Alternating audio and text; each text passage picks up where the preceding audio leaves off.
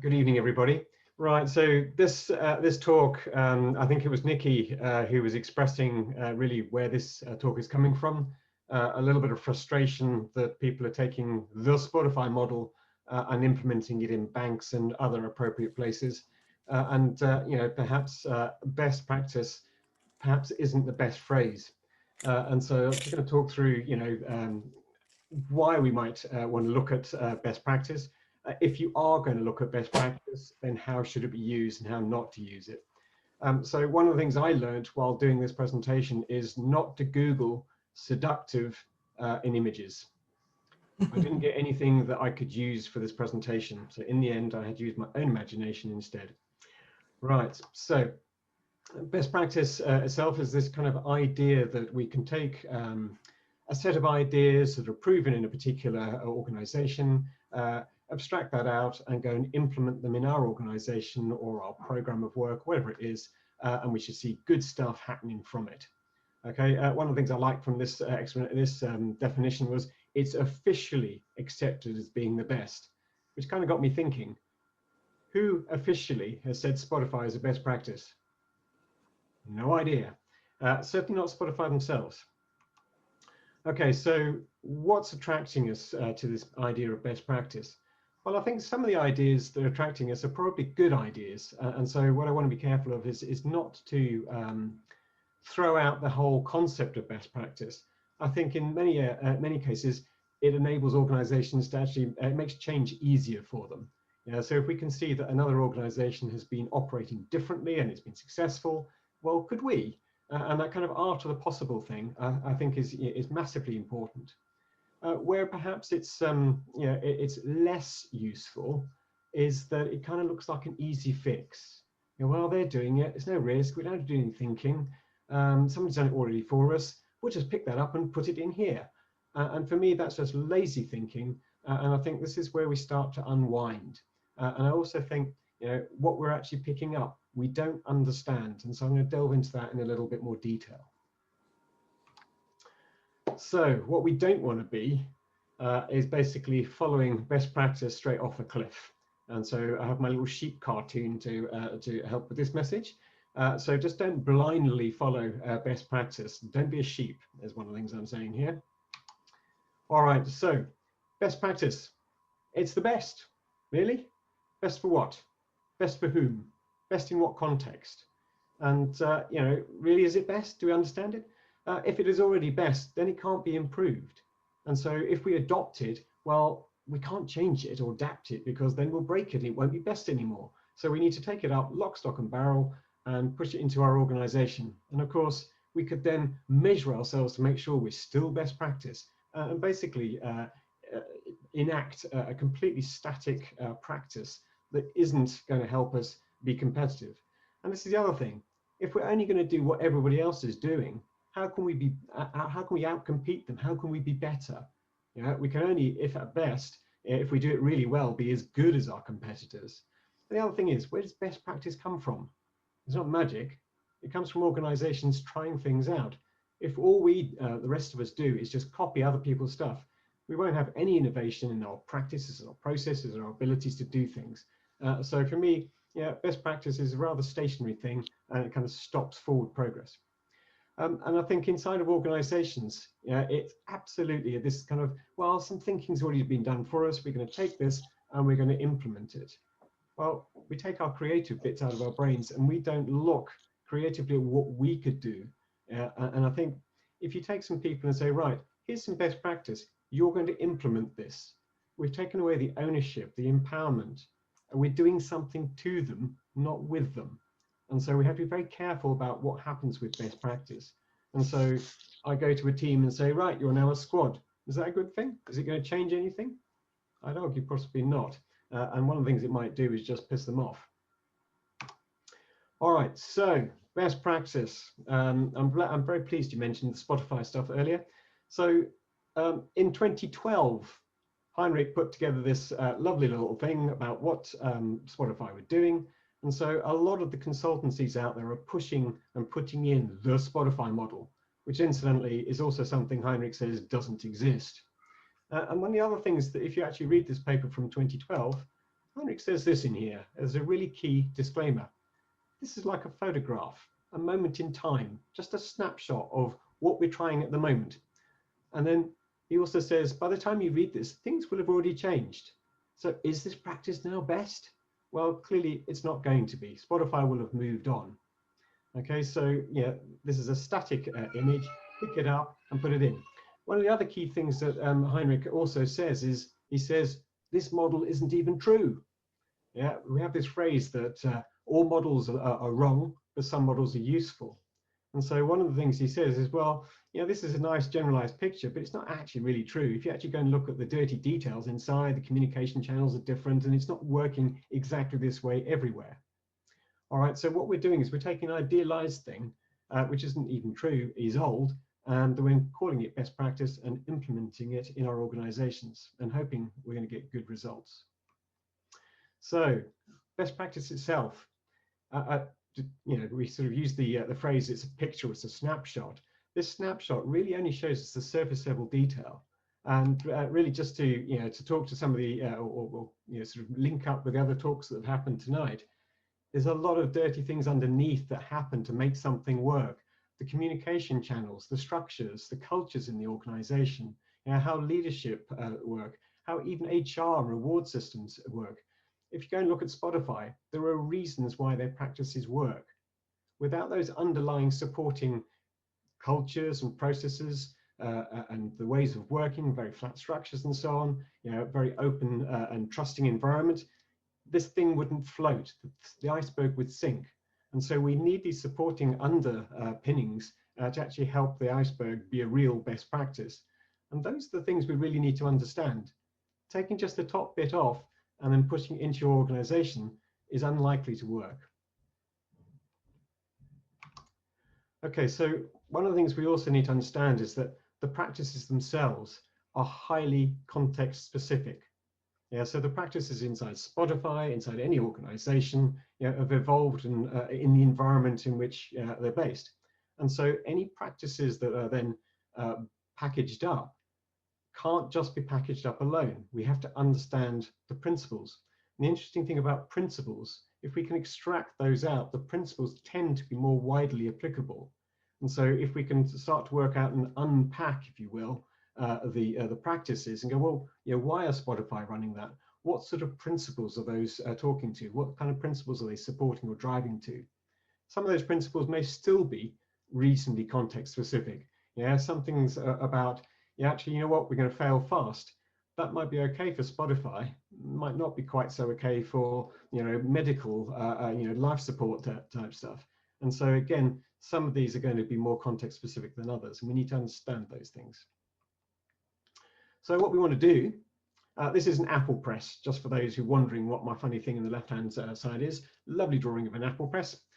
What we want to do is we want to take these best practices that we're interested in and we think are kind of useful and put them in the apple press and then trying to extract all that kind of goodness underneath, what makes them work and really understand it. Okay, so what are all the principles that actually make the Spotify model work inside of Spotify?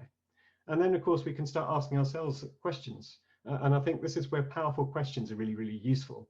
All right, so those principles, can those principles actually be real inside our organization? Could our organization actually support these principles? Could we move to them? What would need to change for us to be able to do that?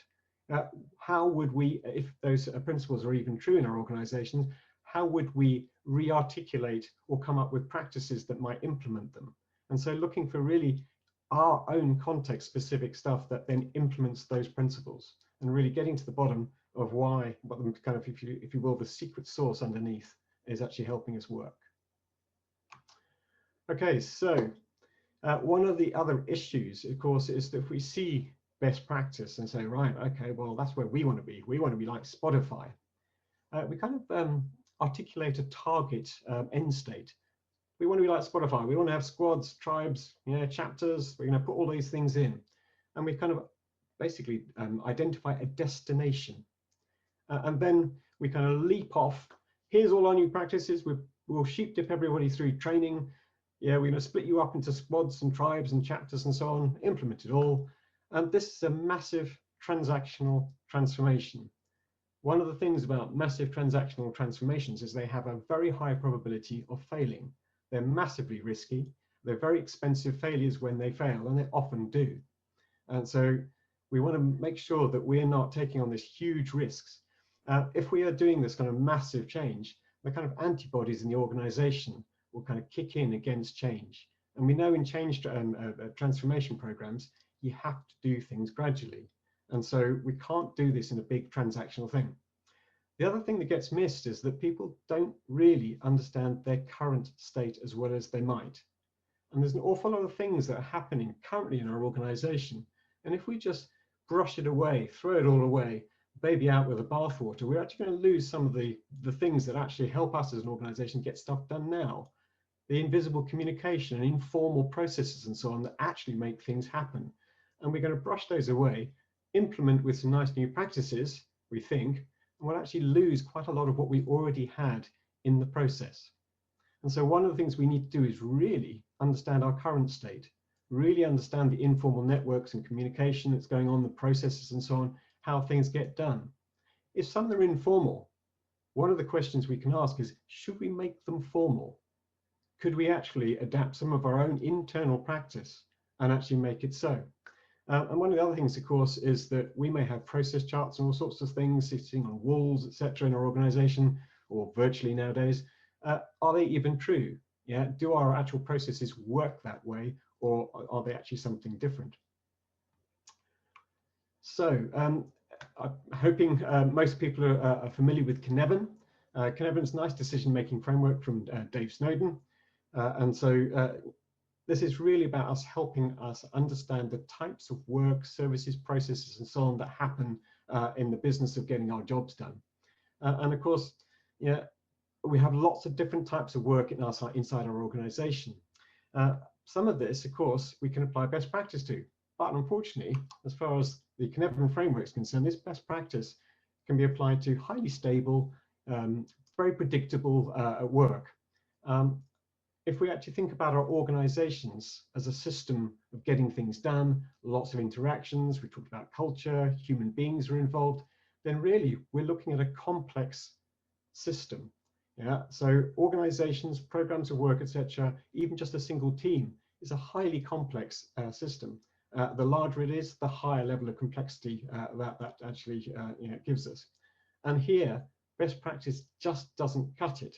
Yeah, a stable set of instructions or processes that work somewhere else are highly unlikely to work in our own complex system. And this is where we need emergent practice rather than best practice. So one of my problems with best practice is the name.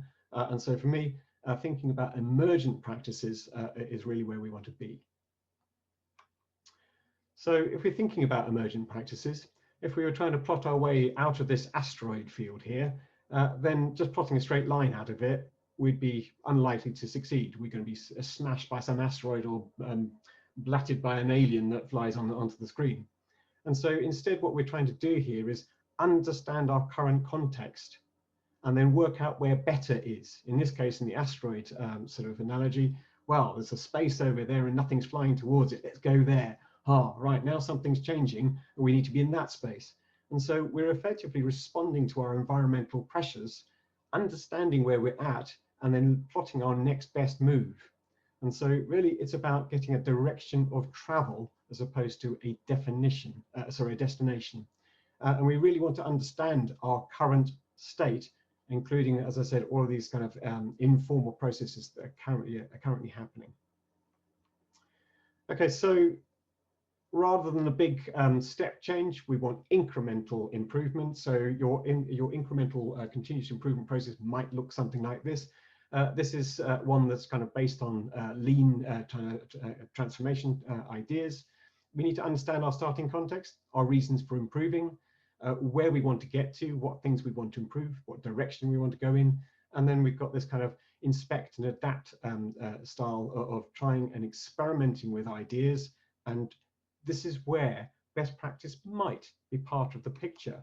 We can actually use it to help us inform potential options, obviously going through and unpacking them and taking out the principles and so on.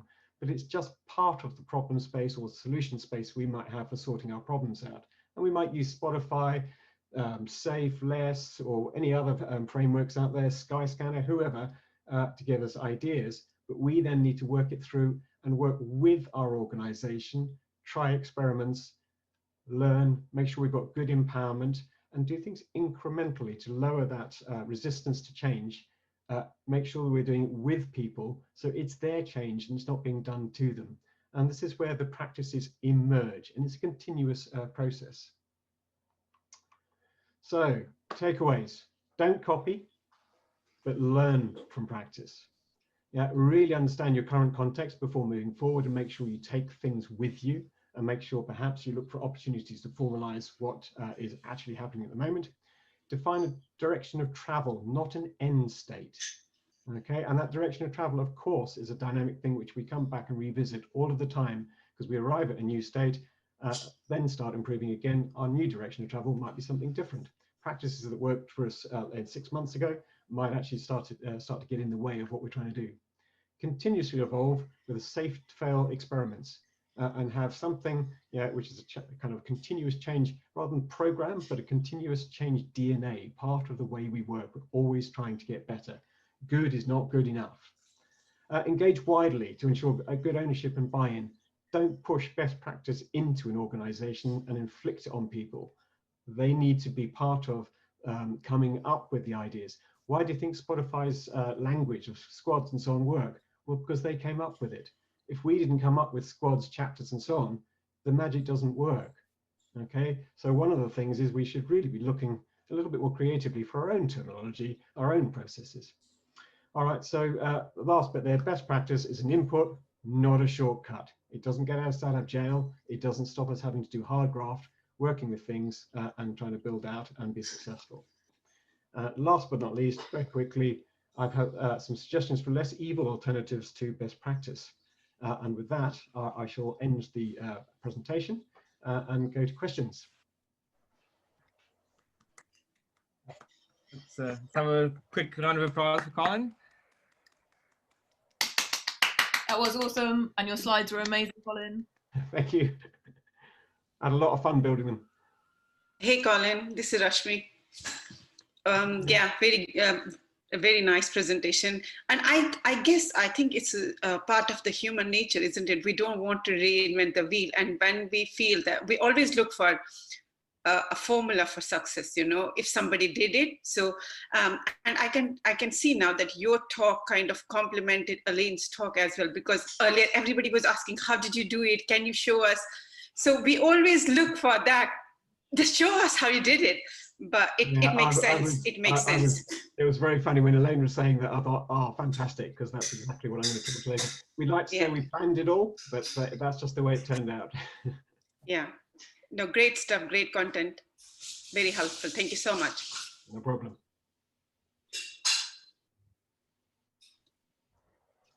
I think as well, there's something about maybe like if your evolution into the role as well, because being a Scrum Master is all very well and good, but you need to evolve that confidence to actually work with people in a sort of thought partnership relationship to be able to do this.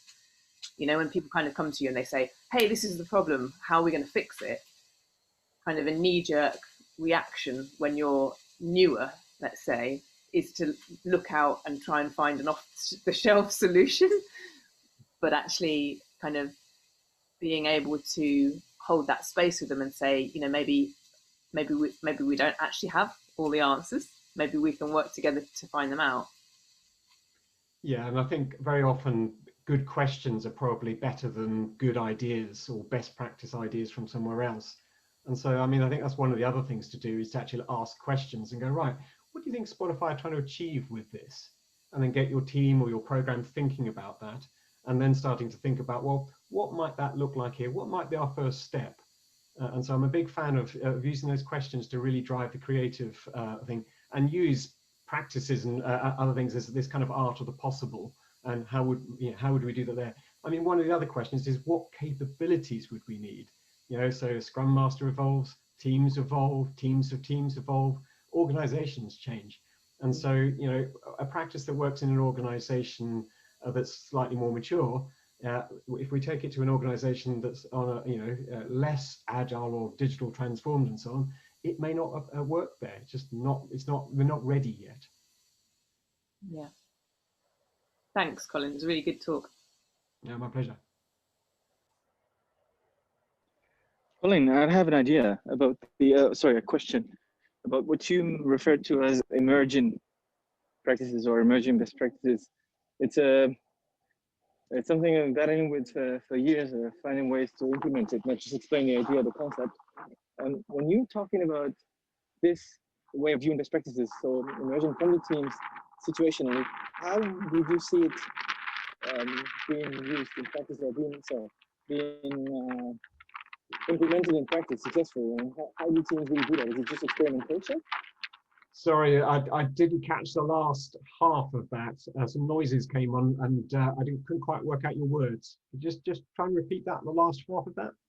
Yes, I apologize for that. I meant, my question is, how do teams, or in your experience, do you have any insights on how do teams work out these immersion practices other than with experimentation? Because usually you don't have that much room for experimentation as a team. Yeah, so anytime you've got to be right first time, then you just got to hope you're very, very lucky. And so this is one of the attractions, of course, with best practices. We think it's reducing the probability of us being wrong. And so one of the things you're trying to do is look at lowering the risks. So I mean, one of the things is to lower the amount, or the kind of blast radius, if you will. So if we could experiment in a single team, or just for a single sprint, or whatever, just to reduce the time length and how many people might suffer, look for volunteers and so on. I still think experimenting, or we call it validated learning. You know, if we think something's going to work, then we need to try something. And so really thinking about the delta on, well, this is where we're at the moment, what's that new thing we could do? So rather than making it a very big, obvious experiment, it just becomes part of the way we're always working, and we're always looking to improve.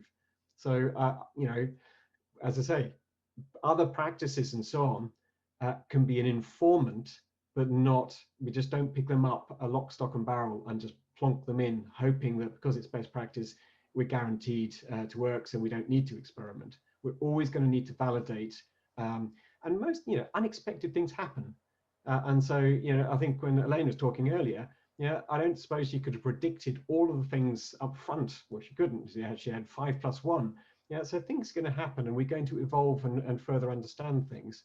And so I think without experimentation, we're unlikely to be able to evolve and improve.